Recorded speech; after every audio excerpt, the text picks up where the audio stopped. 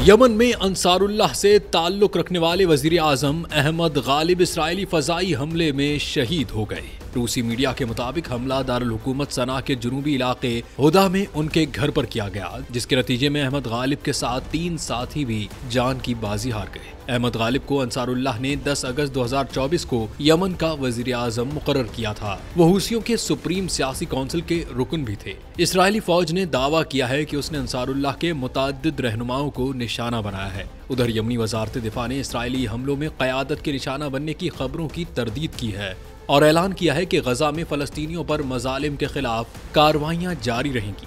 वाज़ेह है कि इसराइल ने 4 रोज कबल भी यमन पर फजाई हमले किए थे, जिनमें 10 अफराद जाँ बहक और 90 से जायद जख्मी हुए थे।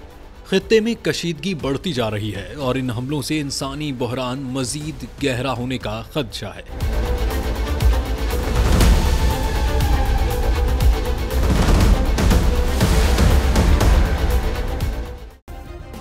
सब्सक्राइब करें और बेल दबाएं ताकि कोई खबर रह न जाए।